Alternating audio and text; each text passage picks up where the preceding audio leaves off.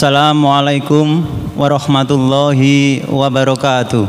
Waalaikumsalam warahmatullahi wabarakatuh. Innal hamdalillah nahmaduhu wa nasta'inu wa nastaghfiruh wa na'udzu billahi min shururi anfusina wa min sayyiati a'malina. May yahdihillahu fala mudhillalah wa may yudlil fala hadiyalah. Asyhadu an la ilaha illallah wahdahu la syarikalah wa asyhadu anna Muhammadan abduhu wa rasuluh amma ba'du. Bapak-bapak, ibu-ibu peserta kajian LKI, baik yang berada di masjid atau yang sedang menyaksikan FB LKI live streaming ataupun yang sedang menyaksikan YouTube LKI Lamongan, semoga Allah berkati dan rahmati. Pada malam hari ini kita bersyukur kepada Allah atas ribuan nikmatnya yang diberikan kepada kita. Tentunya pada malam hari ini kita masih mendapatkan nikmat iman dan nikmat Islam, dan tentunya dengan nikmat sehat. Dan tak lupa juga nikmat aman, tentram, damai di wilayah kita. Karena di belahan bumi yang lainnya hari ini negara-negara saudara kita masih dalam jajahan, masih dalam bantian oleh kaum Zionis. Salawat serta salam tetap tercurahkan kepada Nabi Rasulullah Shallallahu Alaihi Wasallam beserta keluarganya, sahabat-sahabatnya, dan orang-orang yang mengikutinya. Ya, kajian pada malam hari ini adalah kajian spesial. Kalau spesial dari segi makanan itu biasanya ada tambahannya. Ini luar biasa, kajian spesial dengan tema Palestina makin merana, di mana penguasa Muslim hari ini. Dan pada malam hari ini akan disampaikan oleh Ustadz Fatihur Rahman AP MPD CMT. Kepada beliaunya Ustadz Fatihur Rahman kami persilakan. Assalamualaikum warahmatullahi wabarakatuh.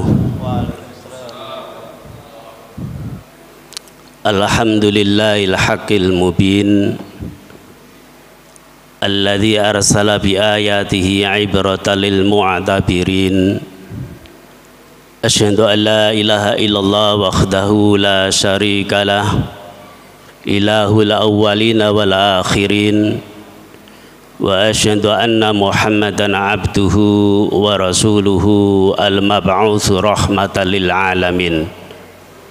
Allahumma salli wa sallim wa barik ala habibina wa syafi'ina wa khalilina Muhammadin sayyidil anbiya'i wal mursalin wa ala alihi wa sahbihi ajmain. Amma ba'du, fa ya ayyuhal hadirun usini wa iyyakum bitaqwallah faqad fazal muttaqun kama qala Allah ta'ala fil kitabil Qur'anil Karim. A'udzu billahi minasyaitonir rajim. Bismillahirrahmanirrahim. Rabbi shrah li sadri wa yassir li amri wa hlul 'uqdatam min lisani yafqahu qawli. Wa aidan ya ayyuhalladzina amanu taqullaha haqqa tuqatih wa la tamutunna illa wa antum muslimun. Shadaqallahul azim. Bapak-bapak, ibu-ibu, saudara-saudara yang dimuliakan oleh Allah Subhanahu wa taala. Alhamdulillah bi nikmatillah wala haula wala quwata illa billah. Pada kesempatan yang berbahagia ini Allah Subhanahu wa taala mentakdirkan kepada kita semuanya untuk bisa berkumpul dalam majelis ini, dan itu semuanya adalah atas nikmat dari Allah Subhanahu wa taala kepada kita semuanya. Dengan kenikmatan iman dan Islam mampu menggerakkan kita, melangkahkan kaki kita ke dalam majelis ini, dan semoga kita termasuk golongan orang-orang yang cinta terhadap ilmu, dan termasuk pula golongan orang-orang yang cinta terhadap amal soleh, dan juga termasuk golongan orang-orang yang nanti liqa dengan Allah Subhanahu wa taala dengan mengharapkan jaza dari Allah Subhanahu wa taala. Salawat serta salam kita aturkan pada baginda Rasulullah Muhammad sallallahu alaihi wasallam, suri tauladan kita, uswah kita, dan sekaligus profiling dalam kehidupan kita, yakni Nabi Muhammad Sallallahu Alaihi Wasallam. Baik profiling ketika kita hidup dalam berkeluarga, hidup dalam bermasyarakat, hidup dalam berbangsa dan bernegara, serta juga hidup dalam rangka untuk memenuhi maisha kita. Maka sebenarnya Rasulullah Muhammad Sallallahu Alaihi Wasallam itu adalah uswah dan qudwah yang terbaik bagi kita semuanya. Dan kita yang sebagai umat Nabi Muhammad Sallallahu Alaihi Wasallam sezogjanya dan seharusnya menjadikan Rasulullah Muhammad Sallallahu Alaihi Wasallam panutan kita di dalam kehidupan kita. Para jemaah yang dimuliakan oleh Allah Subhanahu wa Ta'ala, pada pertemuan kita kali ini insyaallah kita akan membahas topik terkait dengan siasah ya. Kalau dalam bahasa Arabnya berarti masuk dalam kategori siasah khorijiyah, yaitu politik luar negeri ya. Mungkin ini dikatakan selingan atau spesial selama kita di masjid ini yang dilakukan oleh LKI dengan beberapa kajian kitab. Ini kita bahas tentang siasa. Mungkin di antara sebagian kita kaum muslimin ada yang masih memiliki pandangan persoalan siasa kok dibahas. Mungkin seperti itu. Ya, maka ini butuh untuk saya awali lebih jauh. Kenapa demikian? Karena kita menjadikan seorang muslim salah satu di titik kelemahan kita sebagai muslim di era yang sekarang ini adalah ketika seorang muslim rendah dalam memiliki wa'yu siasi, rendah dalam memiliki kesadaran berpolitik. Yang kedua adalah rendahnya wa'yu siasi al-mabda'i, rendahnya kesadaran berpolitik secara ideologis, yang masih sering yaitu muncul kesadaran berpolitik secara amaliyah atau secara praktis. Nah, secara praktis. Nah, maka dalam siasah khorijiyah ini adalah bagian yang terpenting. Ya, termasuk bagian yang terpenting, masuk dalam yaitu perkara yang agung, perkara yang utama. Kalau dalam versi yaitu menurut Imam Ibnu Taimiyah di dalam kitabnya Siasatus Syar'iyyah itu bahwa perkara tentang siasah itu adalah perkara yang penting. Kenapa? Karena banyak sekali perkara-perkara Islam, perkara-perkara syariat Islam itu tidak bisa tertunaikan dengan bagus, tidak bisa tertunaikan secara kafah.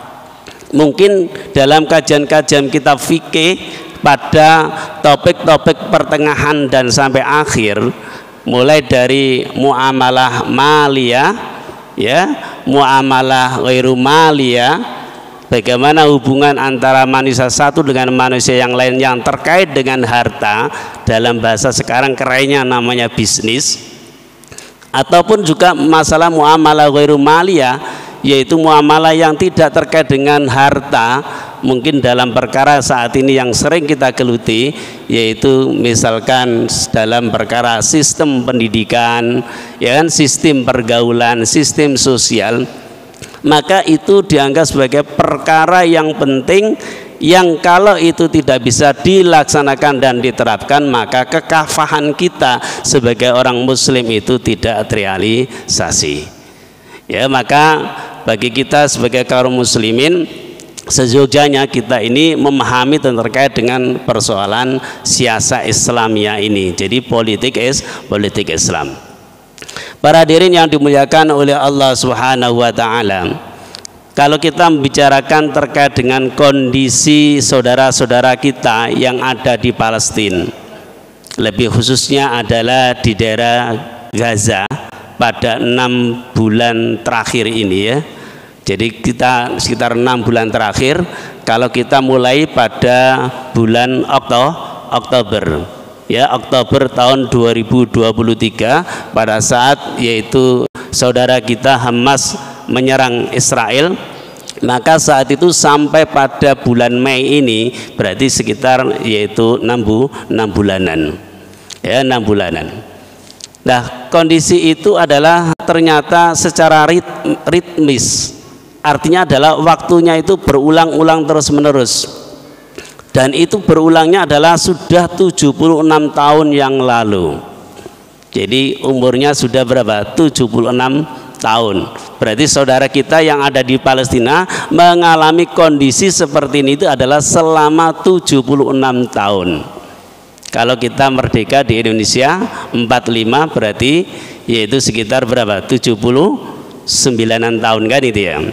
Ya, 79-an tahun. Nah, saudara kita 76 tahun yang lalu mengalami kondisi itu, yakni pada saat berakhirnya mandat Inggris pada tanggal 14 Mei tahun 1948, maka Palestina itu ditinggalkan oleh Inggris. Nah, saat Palestina ditinggalkan oleh Inggris ini, maka saat itu pula Israel mendeklarasikan berdirinya negara Yahudi Israel. Ya, negara Yahudi Israel.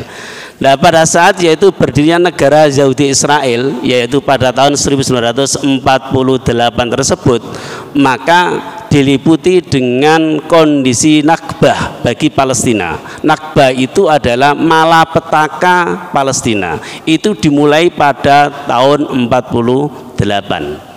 Ya, kondisi Nakbah. Apa kondisi Nakbahnya itu? Kalau kita kenal dengan istilah sekarang itu namanya gerakan genosida dan gerakan etnis cleansing. Genosida itu adalah pembunuhan secara massal dan etnis cleansing itu adalah pembersihan etnis Palestina. Ya, pembersihan etnis Palestina. Kenapa saya katakan seperti itu? Karena pada tahun 1948, kemudian 1967 sampai pada 1982, kalau panjenengan itu menelaah tentang peta Palestina, maka kita akan merasa sedih. Kenapa merasa sedih? Kalau saat ini jenengan lihat peta, maka Palestina itu tidak seperti ada dalam peta tahun-tahun sebelum 48.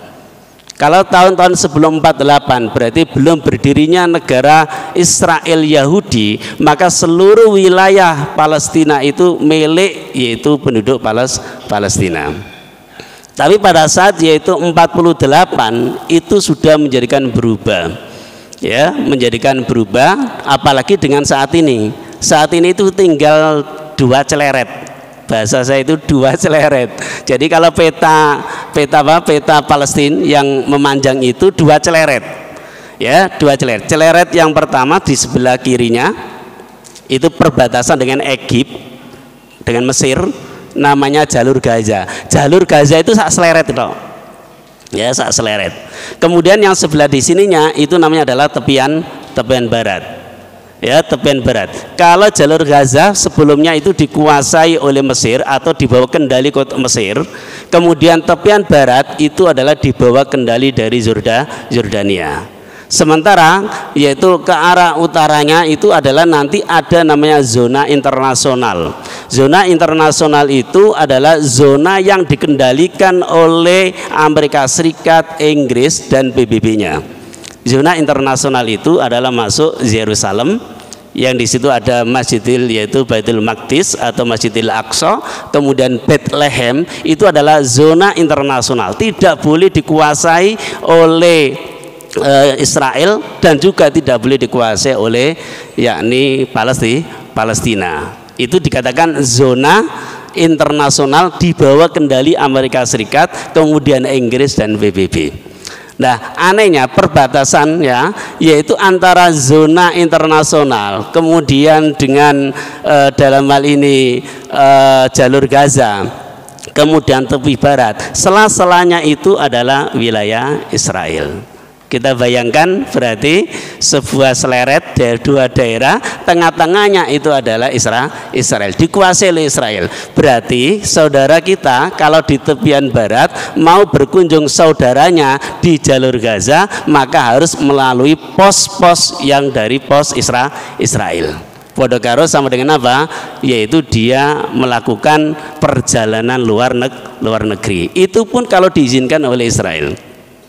Saudara kita yang kemudian tinggal yaitu di Yerusalem, di Yerusalem daerah pusatnya, maka ketika mau berkunjung ke tepian barat maupun berkunjung ke jalur Gaza, maka juga harus melewati pos Israel.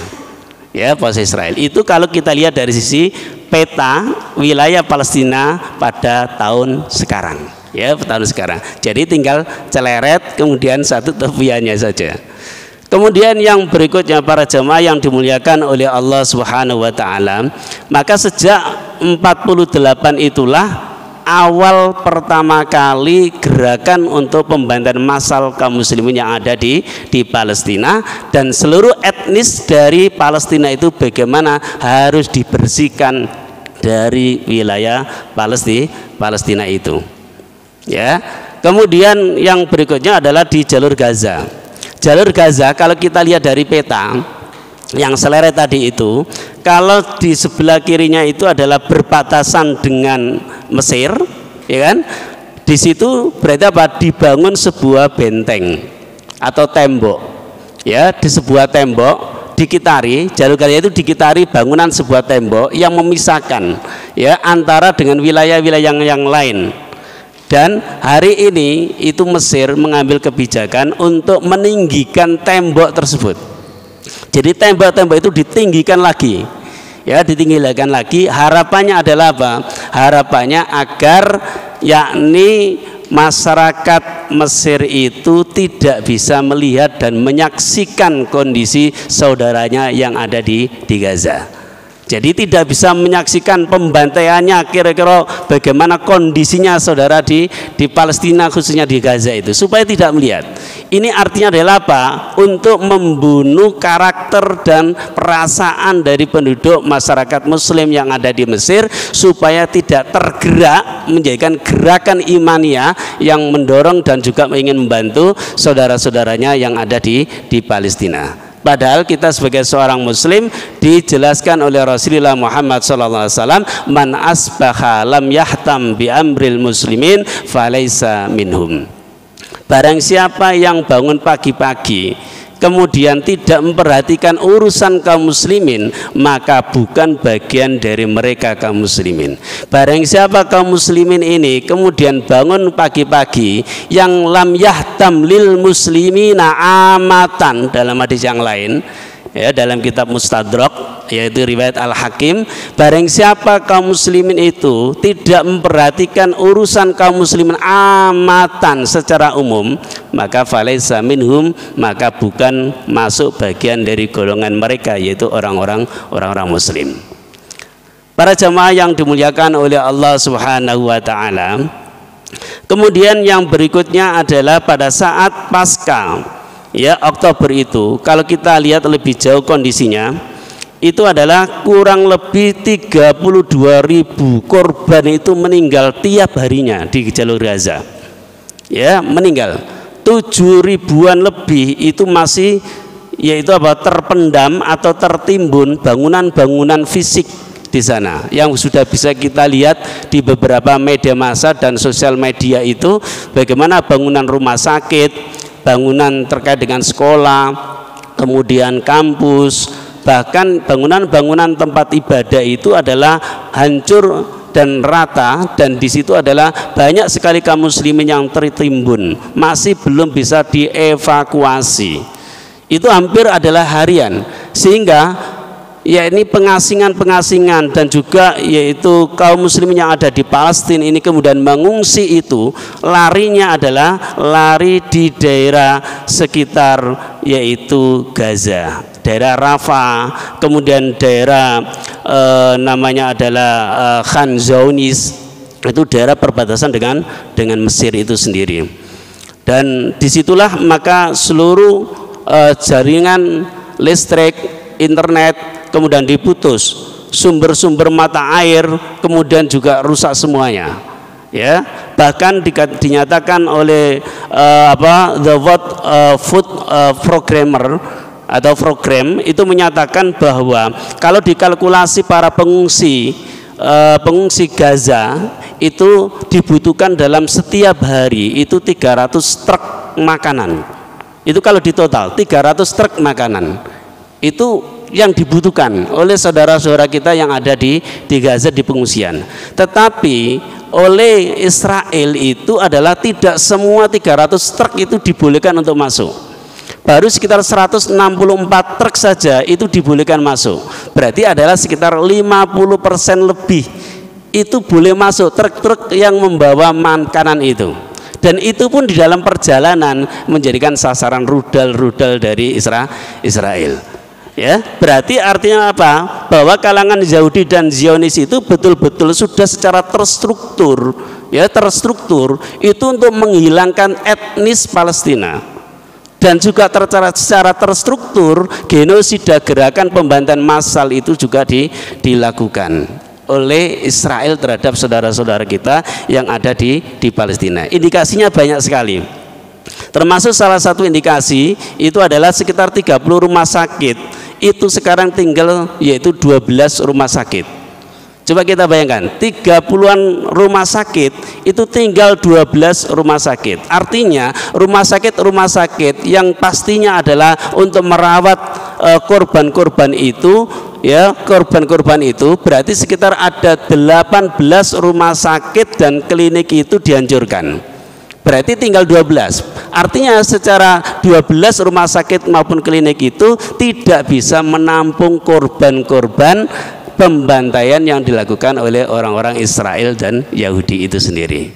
Berarti adalah apa? Saudara kita yang sakaratul maut, yang mau nazak, kejet-kejet, kena bom dan seterusnya bahasanya itu, yang harusnya menurut orang kita di Indonesia cepat dilarikan, langsung telepon mobil sehat desa, langsung telepon yakni ambulan, langsung dirujuk ke puskesmas, nggak kuat dirujuk ke rumah sakit tipe C, dirujuk dan seterusnya itu, saudara kita yang di sana tidak bisa ditampung oleh rumah sakit. Artinya itu adalah berarti pembunuhan secara massal oleh penduduk Israel. Para jemaah yang dimuliakan oleh Allah Subhanahu wa taala. Ya, pertanyaannya bagi kita adalah bagaimana kondisi saudara kita seperti itu dan di mana letak penguasa-penguasa muslim itu. Ya, ini penting. Di mana letaknya penguasa muslim? Padahal jumlahnya cukup banyak sekali penguasa muslim itu. Ya, banyak sekali. Bertetanggaan aja sudah berapa kan? Mesir, Yordania, kemudian yaitu Syria, ya kan?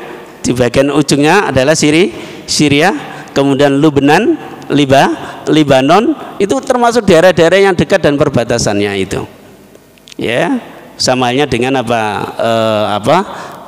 dinding atau pagar. Ya, sama dengan yaitu kita dalam masjid, kemudian serambinya itu adalah sudah negara yang lain itu, negara yang lain. Nah, ini adalah bagian yang harus kita pertanyakan di mana ya peran para penguasa-penguasa muslim itu.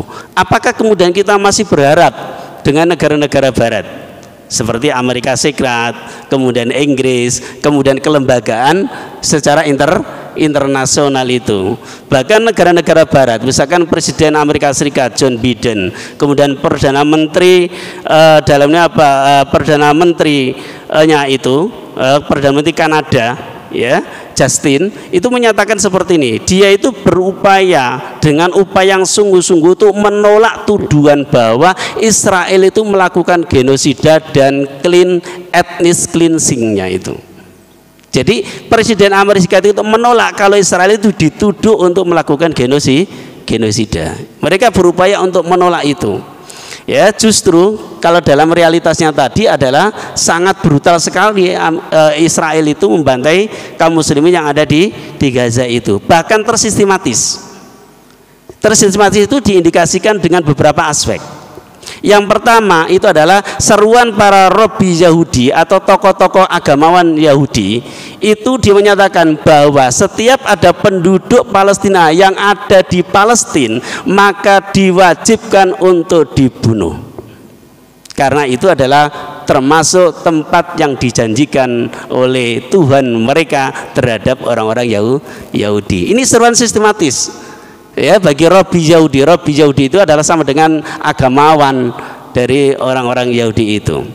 Seruan, ya seruan. Kemudian yang kedua bisa kita ketahui bahwa militer Yahudi itu adalah dibolehkan membunuh siapapun juga dalam keadaan bagaimanapun, jenis kelaminnya apapun, orang-orang Palestina.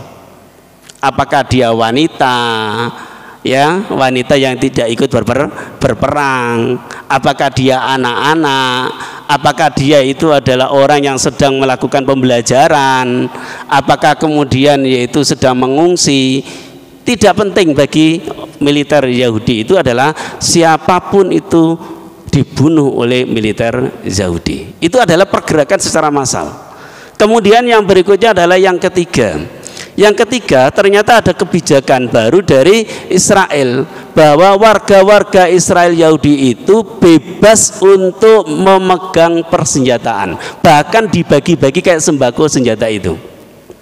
Itu warga Yahudi, kayak sembako itu, seperti kita antri itu ya. Di Indonesia itu kan antri sembako. Nah di sana itu dibagi-bagi bebas, sehingga kalau kita lihat kayak nembak orang itu kayak kita ngetepil itu ya. Jadi kita pakai ketepil, plus gitu ya. Jadi cukup dengan ditembak cus gitu aja. Itu seluruh hampir warga dari orang-orang Yahudi dan Israel itu dibebaskan, dibolehkan untuk memiliki persenjataan itu.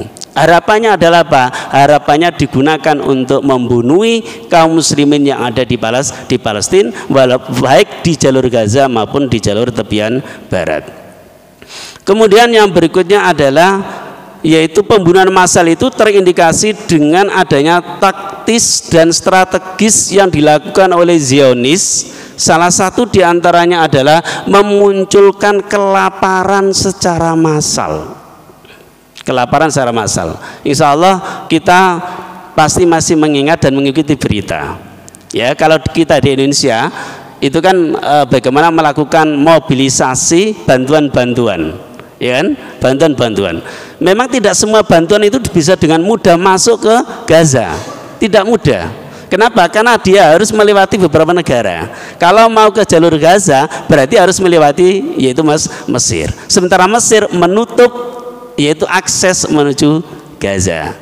Ya, menuju Gaza. Tapi tetap tidak ada permasalahan kalau kita melakukan upaya mobilisasi terkait dengan bantuan-bantuan. Kenapa? Karena itu bagian dari ihtimam kita, bagian dari kita memiliki perasaan satu ikhwan ya dengan saudara kita, dan itu menjadikan tuntutan bagi kita.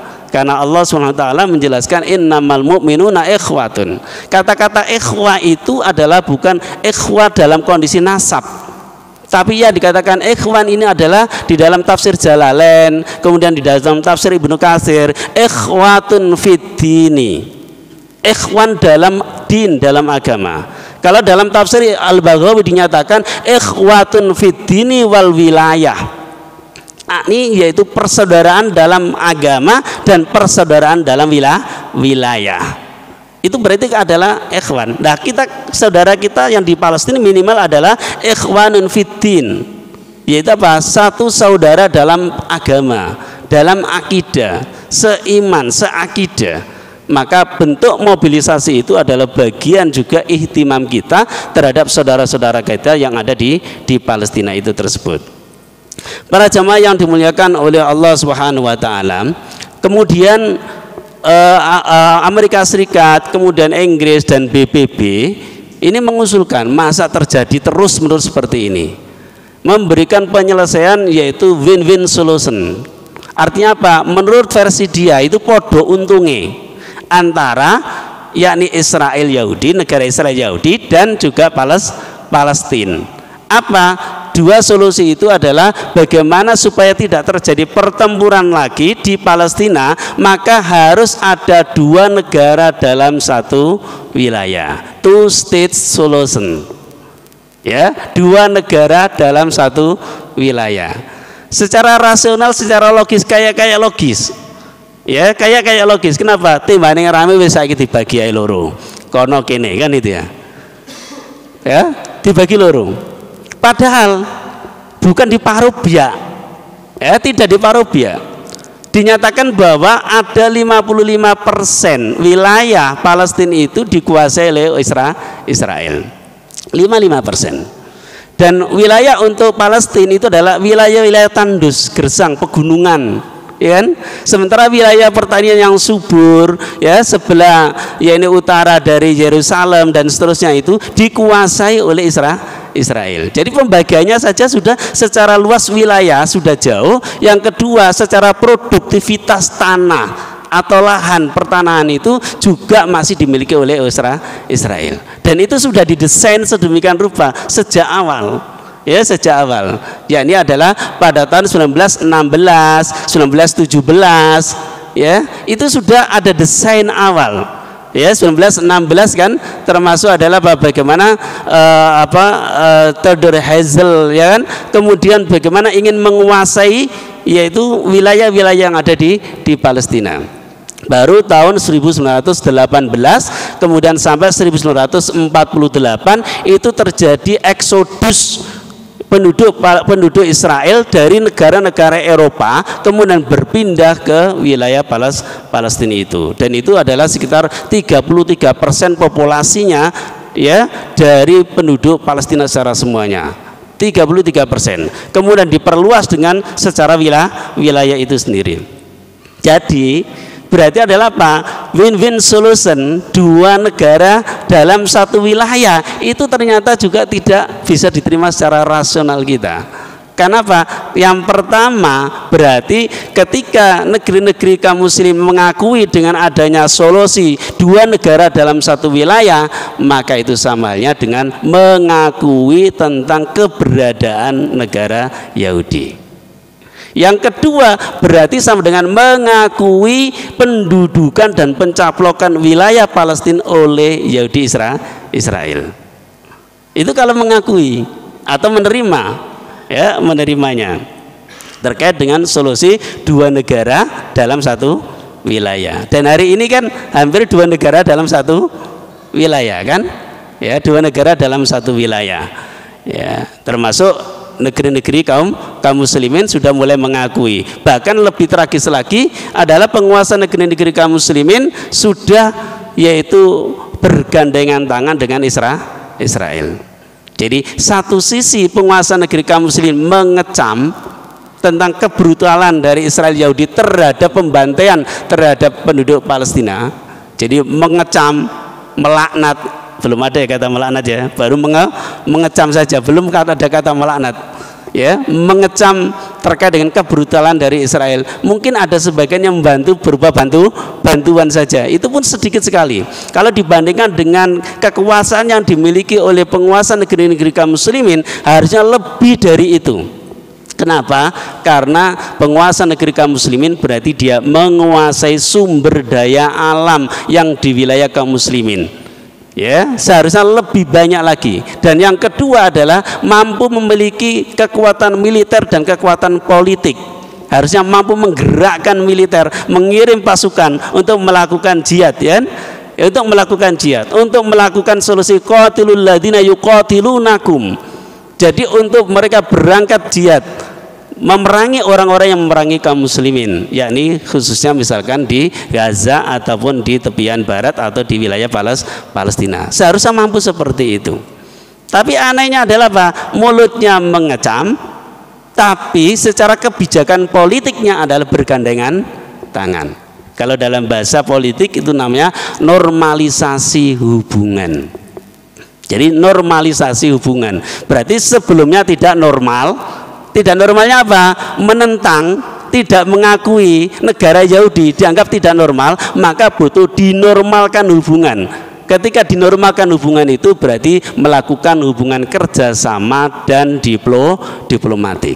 Mesir pada 1979-an itu adalah sudah melakukan kerjasama dengan Israel, itu Mesir. Bahkan sampai pada periode ini itu adalah apa? Mengirim minyak, kemudian misiu, bahkan yaitu alat-alat militer itu dikirim. Itu Mesir karena sudah ada perjanjian hubungan itu. Coba kita bayangkan, mengecam tapi ini memberikan senjata-senjata dikirim kanggo nembaki, ya kan? Saudara kita kaum muslimin. Dan di Mesir ada upaya gerakan-gerakan untuk memprotes kebijakan penguasa Mesir, tapi malah ditangkapi. Itu kondisinya. Tahun 1994, ya 94. Ini kemudian adalah apa? Disusul oleh dalamnya apa? Negara yang lain juga bergandengan tangan dengan yaitu Israel. Tahun 2020 disusul lagi dengan negeri-negeri Arab, termasuk Uni Emirat Arab, ya kan, kemudian Bahrain, kemudian Maroko. Itu adalah tahun 2020 itu sudah bergandengan tangan dengan Israel yang namanya adalah normalisasi hubungan, melakukan diplomatik dengan Israel. Wallahu alam, Saudi Arabia, ya. Walaupun di situ adalah masih terjadi konfrontatif antara KSA dengan Iran, kan itu ya, KSA dengan Iran itu sendiri. Jadi para hadirin yang dimuliakan oleh Allah Subhanahu wa taala, jadi posisi kaum muslimin dan penguasa kaum muslimin hari ini itu adalah posisi yang hanya menyampaikan dengan kecaman. Ya, tapi posisinya tidak mengirim pasukan, tidak mengirim militer untuk membantu saudara-saudara kita kaum muslimin yang ada di Palestina. Apalagi saat ini adalah yaitu menyakiti dan menyayat hati kaum muslimin semuanya. Kenapa? Karena sambalnya yaitu dia berjalan, dia yaitu berenang-renang di bangkai-bangkai, dalam bahasa mayat-mayat kaum muslimin itu, ya kan? Saudara kaum muslim dibantai dengan massal, sementara mereka bergandengan tangan. Itu kan bukan menyakiti lagi, menyayat. Kalau dalam bahasa Al-Quran mungkin adalah khianat, mengkhianati kaum muslimin itu sendiri. Dan itu realitas terjadi pada kesempatan kali ini. Dan itu berbeda dengan penguasa-penguasa muslim yang pernah ada. Itu berbeda jauh dengan penguasa-penguasa muslim yang pernah ada. Itu sangat beda jauh. Yakni adalah yaitu pada kekhilafan Utsmani Sultan Hamid II. Ya, Theodor Herzl ketika mengajukan kepada Sultan Hamid II, mengajukannya ini saja, yaitu meminta izin agar imigran Yahudi itu bisa masuk di Palestina. Theodor Herzl. Padahal Theodor Herzl itu 50 tahun yang sebelumnya itu sudah mendesain dengan istilah adalah negara Yahudi Raya. Itu desainnya. Ya, dan salah satu awal pertama kali adalah meminta pada Sultan Hamid II itu agar diizinkan untuk menjadikan imigran di Palestina itu sendiri. Imigran. Apa jawabannya? Yaitu Sultan Hamid II yang diberikan bantuan sekitar berapa juta lira emas. Kalau 1 lira emas, lira itu adalah Turki kan, itu ya, Turki itu adalah sekitar 2000 berapa kalikan jutaan itu. Sementara itu adalah uang itu yang dalam bentuk lira, jutaan lira emas itu sebenarnya bisa digunakan hutangnya kekhilafan Turki Utsmani pasca Perang Dunia I. Jadi pasca Perang Dunia I, mungkin masih ingat jenengan ya. Jadi pada saat Perang Dunia I itu salah satu kekhilafan Turki Utsmani terseret secara sistematis oleh Mustafa Al-Kemal Al-Pasha dan Mustafa Kemal Atatürk itu terseret ikut cawe-cawe dalam blok Perang Dunia I itu yang memihak kepada Jerman, tapi kemudian kalah. Ya, dalam Perang Dunia I masuk klub kalah, sehingga perjanjian Sykes-Picot, ya, perjanjian Sykes-Picot itu adalah perjanjian antara dua negara termasuk Perancis dan Inggris. Nama Sykes-Picot itu diambil dari yaitu menteri luar negerinya itu ingin membagi-bagi wilayah Turki Utsmani. Kemudian perjanjian Balfour, deklarasi Balfour itu juga sama. Bagaimana Inggris itu membuat surat resmi kepada ketua koordinator komunitas Zionis bahwa Inggris menyetujui Israel itu menempati wilayah Palestina sebagai negara Yahudi. Itu pada perjanjian Balfour itu sendiri. Maka para jamaah yang dimuliakan oleh Allah Subhanahu wa taala, kata Sultan Abdul Hamid II bahwa tanah Palestina adalah tanah wakaf kaum muslimin, seinci pun tidak akan saya berikan kepada yaitu orang-orang Yahudi. Ini tegas dan menolak. Coba ditawari uang emas itu, emas lantakan itu. Turki butuh untuk nyaur utang, ya. Tapi syaratnya adalah apa? Yahudi boleh tinggal di Palestina. Jawaban tegas Sultan Abdul Hamid II adalah seinci pun tidak akan aku berikan kepada Yahudi.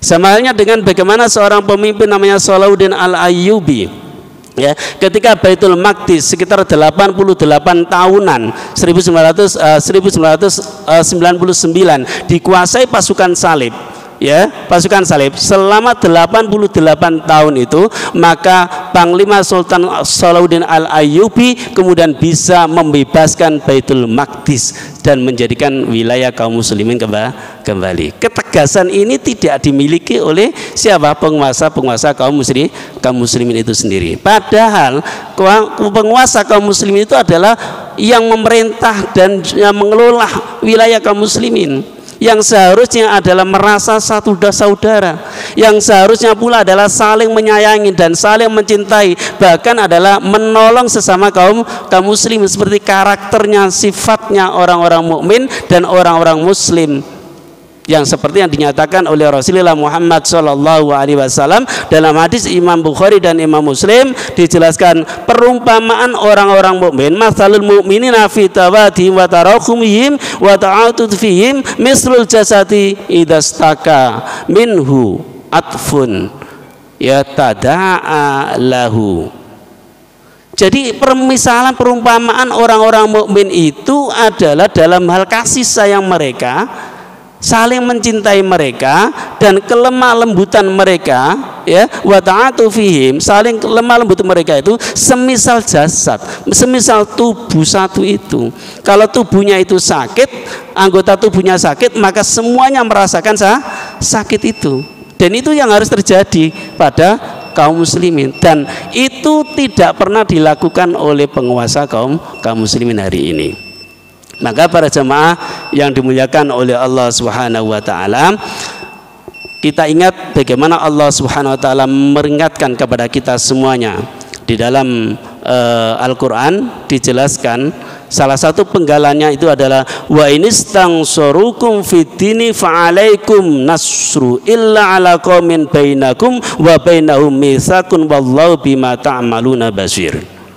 Di dalam penggalan ayat tersebut Allah menjelaskan, manakala jika mereka itu meminta tolong kepada kalian fid-dini karena agama Allah, fa'alaikum nasru, maka wajib atas kalian untuk menolong mereka.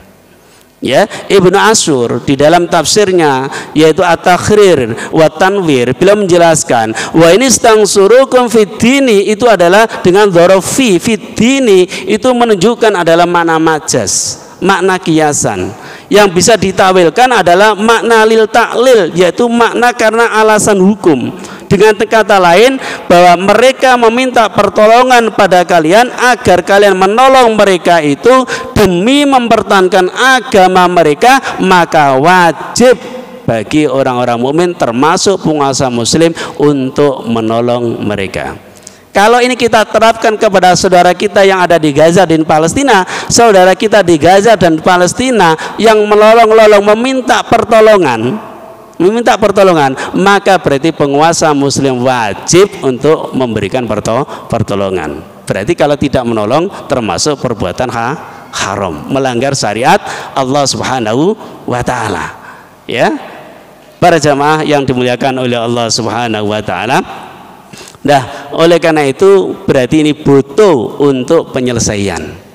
Penyelesaiannya minimal dua akar persoalan. Akar persoalan adalah korban, dan yang kedua adalah pencamplokan wilayah. Kalau akar persoalannya korban yang sekarang ini, maka kita bisa melakukan mobilisasi bantuan-bantuan yang cukup banyak kita kirim ke sana. Tapi kalau persoalan tentang pencaplokan wilayah Palestina, maka yang ada itu harusnya penguasa muslim mengirim pasukan untuk melakukan qatilu alladzina yuqatilunakum. Harus melakukan seperti itu. Dan hari ini kaum muslimin tersekat-sekat dalam nation state. Nasionalisme itu berarti adalah apa? Butuh kita ini seorang pemimpin yang memimpin itu menjadikan junnah, seperti hadis Nabi, innamal imam junnatun, yaitu imam itu adalah sebuah perisai yang melindungi, yang menggerakkan. Butuh ini pemimpin seperti ini, dan itu adalah sudah tidak ada sejak 1924 Masehi. Kekhilafan Turki Utsmani dilunturkan, dirobohkan, maka hari ini belum ada pemimpin yang mampu menjadikan junnah perisai. Maka kaum muslimin dengan omongannya, dengan dakwanya, maka menggerakkan umat itu untuk mewujudkan kepemimpinan Islam ini, yakni dalam bingkai khilafah Islamiyah. Insya Allah dengan hal itu maka persoalan-persoalan yang ada di Palestina akan bisa terselesaikan dengan pertolongan Allah Subhanahu wa Ta'ala. Mungkin ini yang ingin saya sampaikan dalam mukadimah ini, semoga ada manfaatnya dan ada gunanya bagi kita semuanya. Ihdinas shiratal mustaqim. Assalamualaikum warahmatullahi wabarakatuh. Waalaikumsalam. Ya, Bapak-bapak, Ibu-ibu, demikianlah kajian pada malam hari ini. Kita buka 2 session pertanyaan, tapi sebelum kita buka, kita adzan dulu break.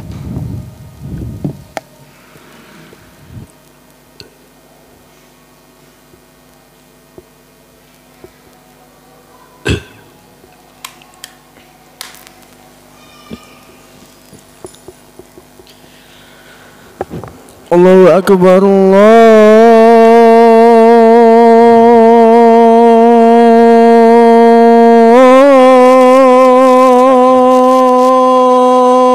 Akbar, Allahu Akbar, Allahu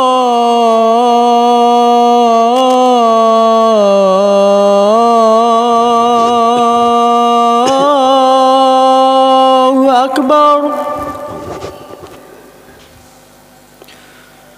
Asyhadu an la ilaha illallah,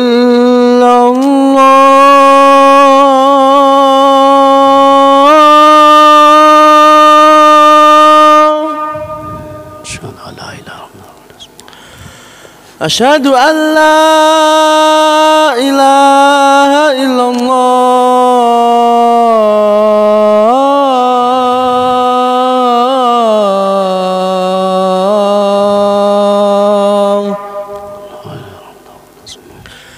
asyhadu anna Muhammadar Rasulullah,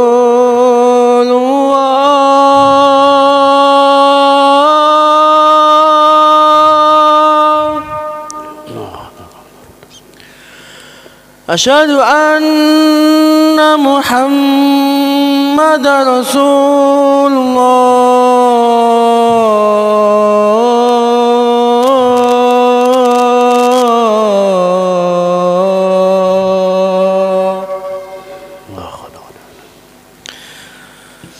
hayya 'alas salah,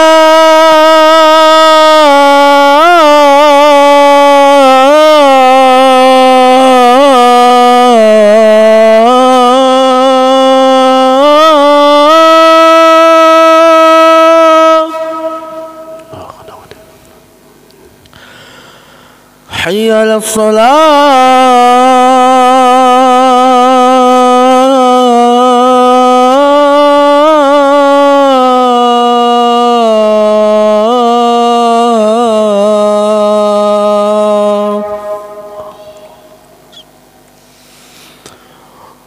hayya 'alal falah,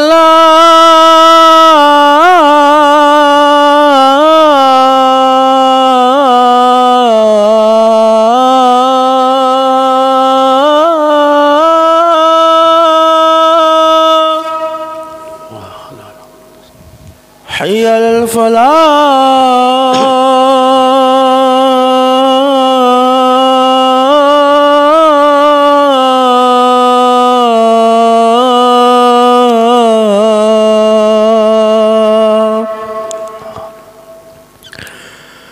Allahu Akbar, Allah.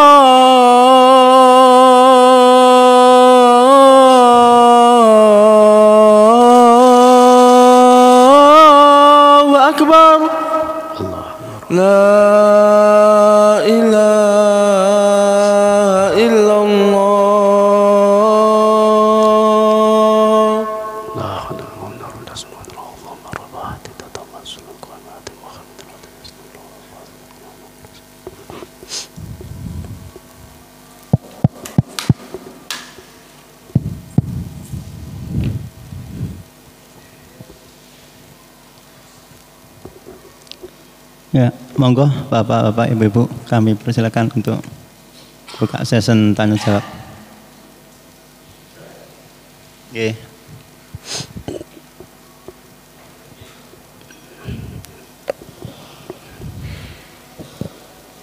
Bismillahirrahmanirrahim. Assalamualaikum warahmatullahi wabarakatuh. Waalaikumsalam warahmatullahi wabarakatuh. Terima kasih atas waktunya. Ini saya tidak bertanya, cuma sedikit menambahkan dari kajian malam ini karena saya lihat solusinya untuk kita-kita kelas masyarakat itu tidak ada, saya lihat. Jadi ini himbauan. Pertama adalah kita berdoa sebagai seorang muslim sama saudara kita, minimal kunut nazilah atau tiap kita berdoa mudah-mudahan Allah memberikan pertolongan kepada saudara-saudara kita di Gaza. Yang kedua adalah apa yang bisa kita lakukan dan itu real adalah tidak membeli produk-produk yang berkaitan dengan Israel. Itu yang kedua. Jadi apapun produknya yang mungkin Indonesia sendiri untuk mengeluarkan apa katalog produk-produk itu pun antara tidak dan iya, karena itu dianggap mengganggu ekonomi secara nasional. Itu yang kedua. Yang ketiga adalah karena wilayah pembelaan ini itu adalah wilayah negara. Karena kita itu sudah tersekat-sekat dalam nation state, bahasanya tadi tersekat-sekat dalam berbangsa-bangsa, maka tidak ada jalan lain adalah kita tetap berupaya semaksimal mungkin karena kita sudah terjebak dengan era demokrasi, pilihan one man one vote, satu orang milih satu. Nah, urusan luar negeri itu adalah urusan presiden. Dalam hal ini adalah urusan kebijakan luar negeri, itu adalah urusan pimpinan tertinggi. Jadi daerah saja tidak bisa. Ada 4 hal kalau tidak salah yang menjadi kewenangan pusat. Itu adalah keuangan, yang kedua hubungan internasional, yang ketiga adalah maritim. Jadi tidak boleh misalnya Surabaya punya pasukan sendiri menjaga wilayahnya, maritim tidak bisa, jadi secara nasional. Nah, satu-satunya jalan karena itu sudah menjadi kesepakatan berbangsa dan bernegara, demokrasi, maka diupayakan sebagai kaum muslimin kita memilih orang-orang yang baik, yang kira-kira ini memang sudah terlambat hari ini, yang mudah-mudahan presiden terpilih ini punya pembelaan yang besar terhadap Palestina, Pak Prabowo.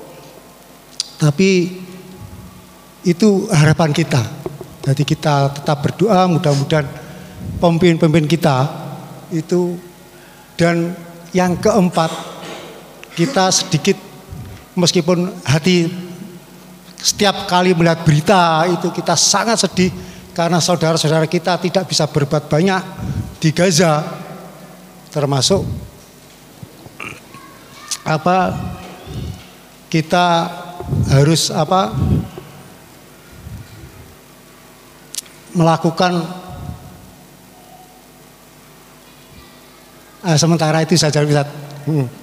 Jadi 3 saja cukup. Jadi ini sebagai tambahan, pertama adalah doa. Jadi kalau hari ini masih terus kita melakukan doa, insya Allah.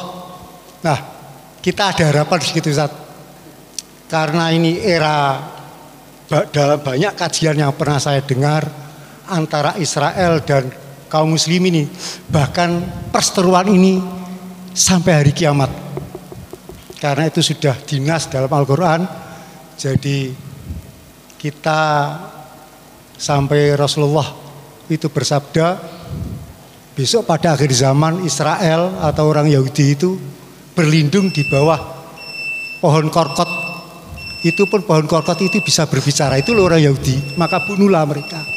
Dan hari ini tampaknya dari 1 abad menjelang 1 abad, karena sabda Rasulullah tiap 1 abad itu ada kebangkitan Islam, itu harapan kita. Kemudian Syekh Ahmad Yasin, pendiri Hamas, itu juga insya Allah tahun 2027 Palestina insya Allah merdeka. Yang ketiga adalah hari ini Houthi, dalam hal ini Yaman, salah satu negeri Sam yang diberkati oleh Allah, itu melakukan pencegahan di Laut Merah. Insya Allah ini sedikit membanggakan bagi kita. Demikian Ustaz tambahan saya. Terima kasih. Langsung. Okay. Ya, kita buka yang pertanyaan yang kedua. Monggo Bapak, Ibu, teman-teman. Monggo Pak Rozikin, biasanya spesial ini. Nah, ini Kak Rozikin, monggo.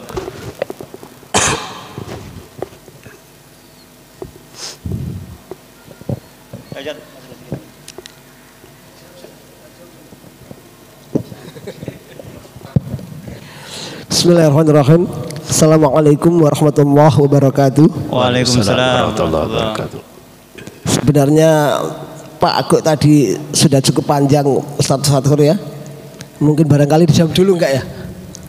Ini kalau saya ini hanya tambahan saja. Memang sedikit tadi disinggung oleh Pak Agus tadi untuk masalah kepemimpinan, bahwa yang kita harapkan itu adalah dari pemimpin tertinggi kita, yaitu seorang presiden. Sebelum Pak Prabowo jadi presiden, meskipun belum dilantik, itu kan sudah jadi menhan. Kontribusinya seperti apa terhadap saudara-saudara kita di Palestina. Kemudian nanti ketika jadi presiden, analisa panjenengan itu seperti apa? Mungkin jenengan kan punya channel-channel yang lain. Kira-kira dari analisa seperti yang antum pahami itu, kira-kira presiden, sosok presiden seperti Pak Prabowo ini nanti ketika jadi dilantik jadi presiden itu kansnya untuk membela Palestina itu seperti apa? Itu yang pertama. Kemudian yang kedua, sering kita melihat itu ada YouTube yang beredar itu bahwa beberapa negara itu sudah mendukung kemerdekaan Palestina. Ternyata itu hoax apa enggak ngerti Ustaz. Karena kita sering melihat di YouTube itu banyak. Nah, berita-berita seperti ini seperti apa Ustaz? Apakah benar-benar itu yang di PBB itu votingnya memang benar-benar negara-negara itu negara Palestina sudah merdeka dan lain sebagainya? Mohon ini penjelasan Ustaz. Terima kasih. Assalamualaikum warahmatullahi wabarakatuh. Waalaikumsalam warahmatullahi wabarakatuh. Langsung. Jazakallah pada Pak Agus sama Pak Rozikin yang telah memberikan umpan balik dan juga tambahan, ya. Jadi terkait dengan apa yang disampaikan oleh Pak Agus, kita berdoa, kita dan seterusnya itu, ya memang itu salah satu sikap yang bisa diambil.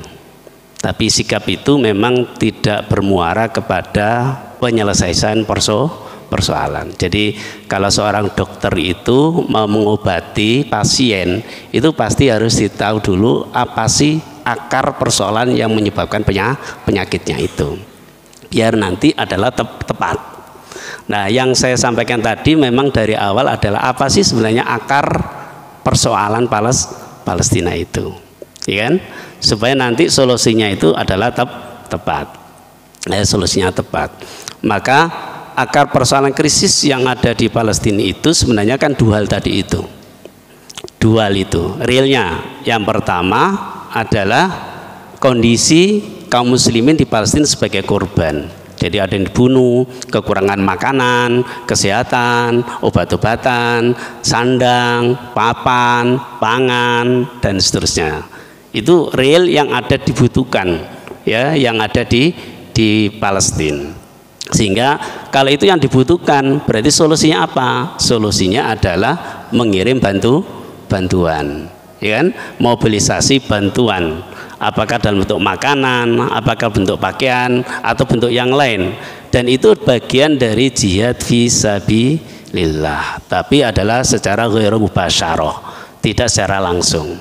Karena jihad fisabilillah itu kan berarti adalah berperang di jalan Allah fi ma'rikatil jihadi, di medan kuburan, ya, mubasyaratan wa ghairu mubasyarah.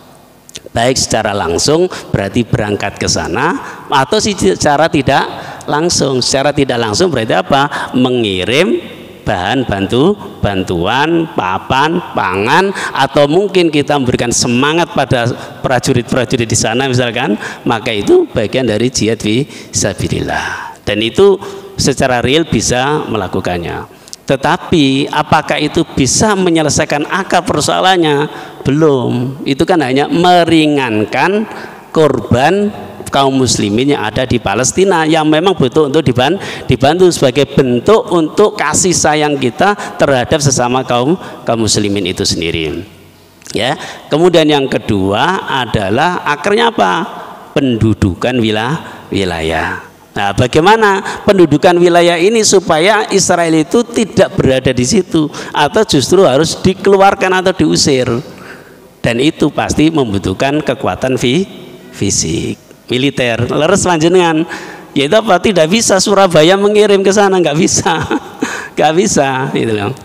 Duh, apakah misalkan kalau kita langsung ke sana sendiri belusuan bisa? Ya nggak ada masalah. Tetapi memang tidak efektif. Maka sebenarnya yang dilakukan adalah secara efektif, yaitu negeri-negeri kaum muslimin yang sudah punya militer terlatih itulah yang harus dikirim.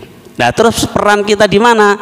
Peran kita ini sebagai rakyat biasa ini mendorong dan menyadarkan umat, mendorong penguasa segera untuk mengirimnya itu.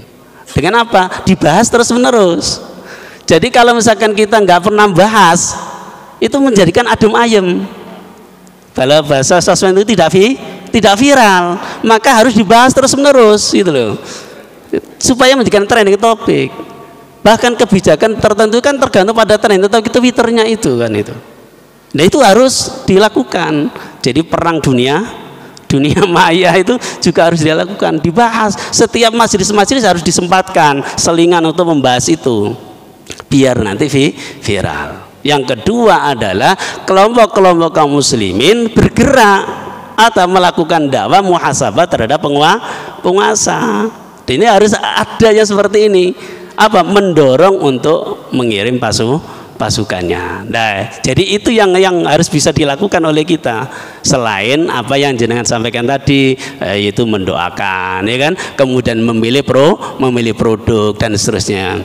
Walaupun ini adalah circle, kita circle ini circle yang jenengan koncai betul itu, ya itu circle apa? Sulit kita mengendalikan itu.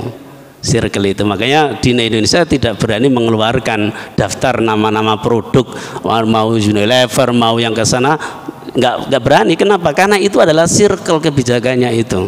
Jadi secara sistem ekonomi secara makro itu loh, secara makro. Jadi kita ini yang rakyat jelata masih punya peran. Apa? Ngomong terus, ngobrol terus, nyampaikan terus menerus di setiap sesi mendiskusikan. Karena itu membentuk al-wa'yu siyasi, kesadaran berpolitik. Kesadaran berpolitik kan nggak harus kuliah S1 politik, ilmu politik, nggak harus, tidak harus sarjana, ya, tidak harus sarjana. Kenapa? Kita semuanya kalau kita mengaji dengan betul dan mulai awal sampai akhir itu pasti terbentuk. Siasa itu, ya, pasti terbentuk. Jadi memunculkan kesadaran politik.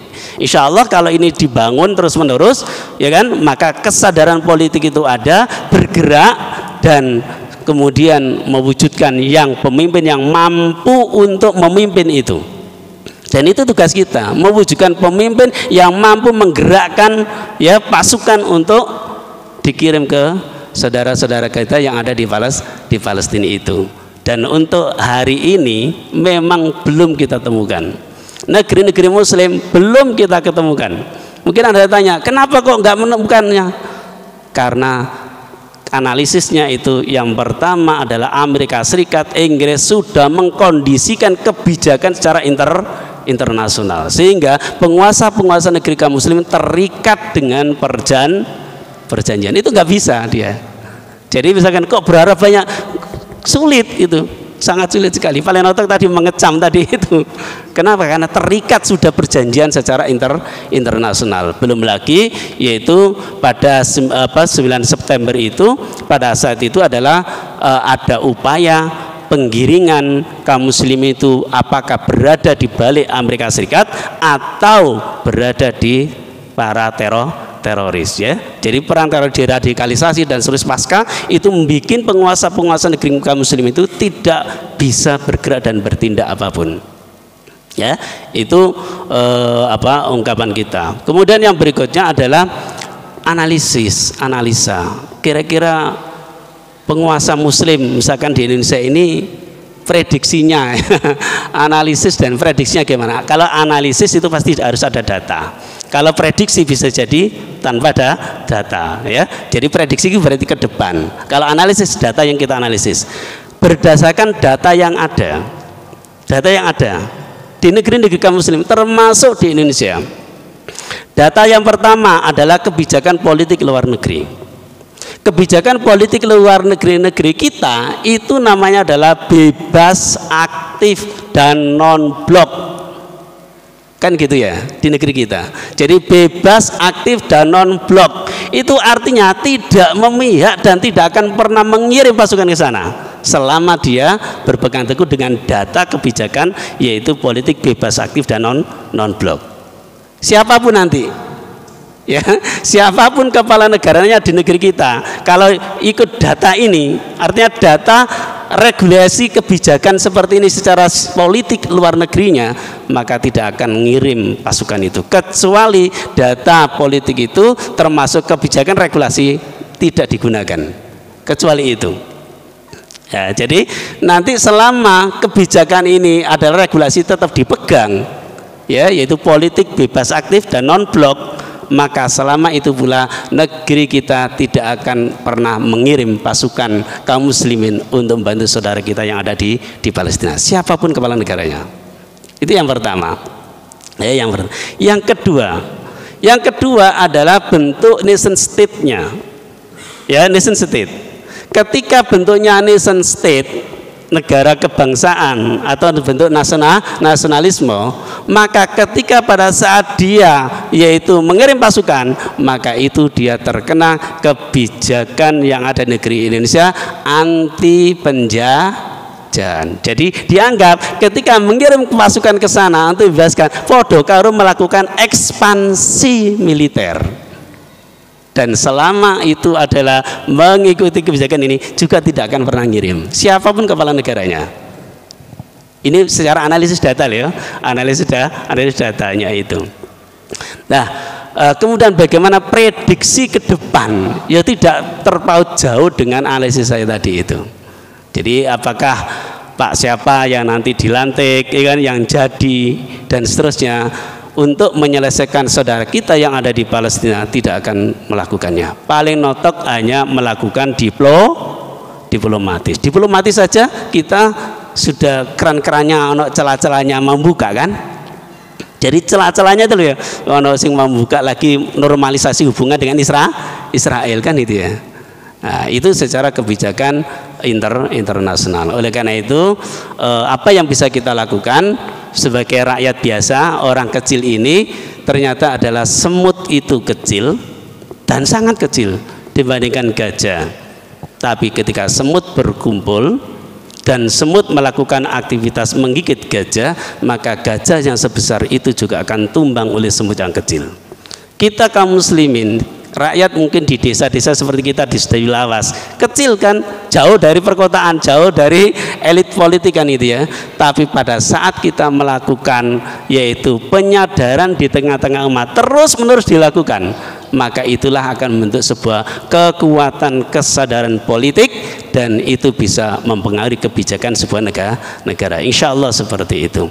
Sehingga kaum muslimin membutuhkan seorang pemimpin, seorang imam, seorang khalifah yang mampu mengerahkan kaum muslimin semuanya dalam rangka membebaskan Palestina dari pencaplokan Israel seperti penjagaan Sultan Abdul Hamid II dan juga adalah penjagaan dan pembebasan yang dilakukan oleh Salahuddin Al-Ayyubi. Semoga Allah Subhanahu wa taala memberikan kemudahan pada kita semuanya. Yang penting kita harus bergerak dengan apa? Kata-kata. Pernah saya sampaikan kan? Dengan kata-kata. Dengan kata-kata maka peradaban dunia bisa berubah. Dengan kata-kata derajat seseorang bisa berubah. Dengan kata-kata derajat sebuah bangsa akan berubah. Dengan kata-kata surah Ali Imran 110 juga akan terrealisasi, yaitu kuntum khaira umat. Dengan kata-kata, dan itu dibutuhkan oleh Rasulullah Muhammad sallallahu alaihi wasallam. Dengan kata-kata, dengan dakwah yang dilakukan oleh Rasulullah, maka kaum muslimin memiliki kekuasaan di kota Madinah. Ngoten nggih. Nggih, sampun Pak Gin. Ya.